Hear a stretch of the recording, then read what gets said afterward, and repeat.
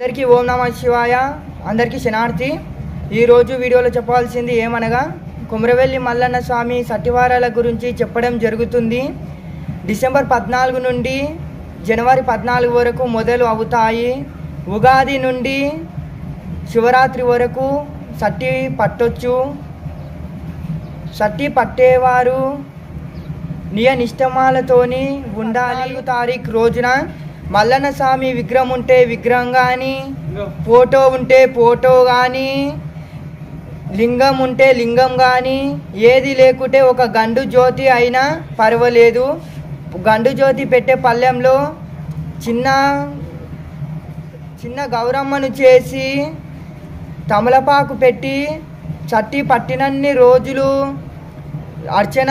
కుంకుమార్చన చేసుకోవాలి.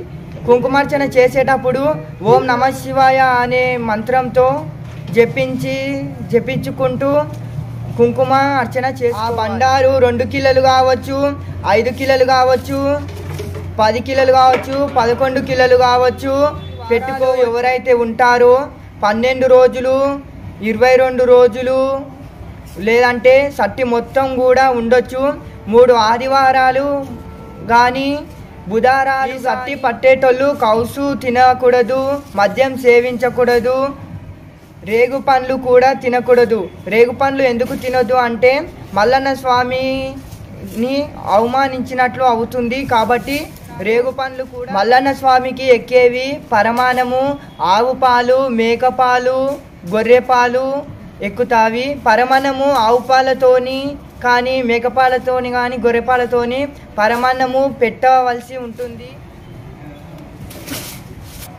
మహిషాసి పొగలు ఏలు అయితే మల్లన్న స్వామి సట్టి వారాలు పట్టి సట్టి మొత్తము సట్టి అంతా పాటించి నిష్ట నియమాలతోని ఒక తొట్టెల తెచ్చి పెట్టి బండారు ఆ తొట్టెల మీద నుంచి రోజు వేస్తూ ఉండాలి. కుమ్రవెల్లికి వెళ్ళినప్పుడు బండారు అక్కడ అప్పజెప్పి ఆ తొట్టెల గంగిరేగు చెట్టుకు కట్టినట్లయితే మళ్ళా సంవత్సరం వరకు వాళ్ళకు.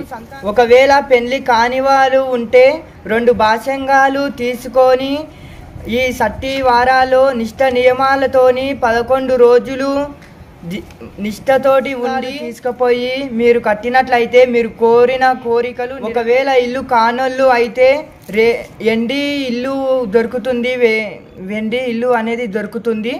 అది ఒకటి తీసుకొచ్చి బండారి ఇల్లు మీదకించి పోసి రోజు సట్టి వాటించిన తర్వాత ఆ బండారు అక్కడ అప్పచెప్పి ఆ ఇంటిని గంగిరేగు చెట్టుకు కట్టినట్లయితే మీకు మళ్ళా వచ్చే సంవత్సరం కల్లా ఇల్లు అనేది మీకు ఏది సోమత కాకపోతే ఒక జాకెట్ పీస్ తీసుకొని అందులో బండారు వేసి పూజ చేసి అక్కడ అప్పచెప్పినట్టయితే చేసుకోవచ్చు. అట్లా పోయి ఆడ బండారు ఎక్కించినట్లయితే మీరు కోరిన కోరిక. మల్లన్న స్వామి ఉంటేనే పూజ చేసుకోవాలి, సట్టి పాటించాలి అనేది ఏమీ లేదు. మల్లన్న స్వామి లేకపోయినా కానీ కూడా ఈ సట్టి అనేది పాటించవచ్చు. ఈ సట్టి ఎవరెవరు పాటించాలి అనేది చిన్నపిల్లలు పాటించాలా, పెద్దవారు పాటించాలా అనేది ఏ భేదం లేదు. పెళ్ళి అయిన వారు పాటించవచ్చు, పెళ్ళి కాని వారు కూడా పాటించవచ్చు అనేది కూడా ఏమీ లేదు. అందరూ పాటించవచ్చు. నాకు తెలిసిన కాడికి నేను అనేది చెప్పడం జరిగింది ఈ వీడియోలో.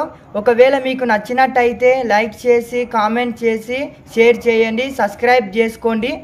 అందరికీ ఓం నమః శివాయ. ధన్యవాదాలు.